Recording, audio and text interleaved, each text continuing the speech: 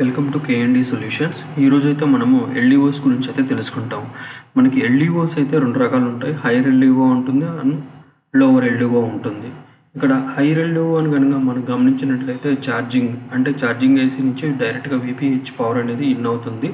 అలానే మనకు అవుట్పుట్ అనేది 1.8 వోల్ట్స్ కానీ లేదా 2.8 వోల్ట్స్ కానీ ఉంటుంది. ఈ అవుట్పుట్ రావడానికి మనకు ఒక ఎనేబుల్ సిగ్నల్ ఉంటుంది. ఆ ఎనేబుల్ సిగ్నల్ మనకి సిపియు నుంచి అయితే మనకి వస్తుంది. ఎప్పుడైతే ఈ ఎనేబుల్ సిగ్నల్ అయితే అంటే ఎనేబుల్ 1 అనే సిగ్నల్ ఎనేబుల్ పిన్కి అయితే ఎప్పుడైతే వస్తుందో ఆటోమేటిక్గా మనకి ఈ రెగ్యులేటర్ ఐసీ నుంచి మనకి ఈ సప్లై అయితే బయటకు వస్తుంది. అలానే పిఎంఐసి నుంచి ఒక ఎల్డిఓ నుంచి ఈ సప్లై అయితే ఇన్ అవుతుందండి. అలానే ఎనేబుల్ 2 అనే సిగ్నల్ సిపియు నుంచి అయితే ఇన్ అవుతుంది. అలానే ఈ ఎల్డిఓకి అయితే ఈ ఎనేబుల్ సిగ్నల్ రిసీవ్ అయినాక మనకి అవుట్పుట్ 1.0 వోల్ట్స్ అంటే 1 వోల్ట్స్ నుంచి 1.8 వోల్ట్స్ అయితే అవుట్పుట్ వస్తుంది.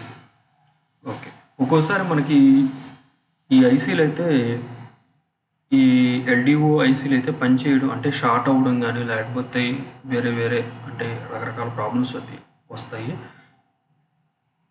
మనకి జిఆర్ వాల్యూస్ని కనుక చెక్ చేసుకున్నట్లయితే ఇక్కడ జిఆర్ వాల్యూ అయితే మనకి 350 అయితే ఖచ్చితంగా వచ్చి ఉండాలి. అలానే ఎనేబుల్ 1 నుంచి ఈ రెగ్యులేటర్ ఐసీకి మధ్యలో జిఆర్ వాల్యూని కనుక చెక్ చేసినట్లయితే 400 అనేది రావాలి. అలానే అవుట్పుట్ పిన్ నుంచి అయితే జిఆర్ వాల్యూ 450 అయితే ఖచ్చితంగా వచ్చి ఉండాలి. ఇక్కడైతే ఎలానే ఉంది ఇక్కడ కూడా సేమ్ అలానే ఉంటుంది. మనం అయితే ఖచ్చితంగా ఈ జిఆర్ వాల్యూస్ని అయితే చెక్ చేసుకోవాలి. ఎందుకంటే ఒక్కోసారి రెగ్యులేటర్ ఐసీలు షార్ట్ అవ్వడం అయితే జరుగుతుంది. ఈ షార్ట్ అయినప్పుడు మనకు జిఆర్ వాల్యూ ఏమొస్తుంది ఏంటి అనేది చెక్ చేసుకోవాలి. ఎగ్జాక్ట్ వాల్యూస్ అయితే ఇక్కడ ఉన్నట్లుగానే ఖచ్చితంగా రావాలి. ఒక 10 to 50 పాయింట్స్ అయితే పెద్ద ప్రాబ్లం అయితే కాదు. అవి ఇగ్నోర్ చేసుకోవచ్చు. అసలు ఇంతకంటే కూడా డిఫరెంట్గా వేరీ అయితే మటుకి అది మనం అబ్జర్వ్ చేయాల్సి ఉంటుంది. Thank you.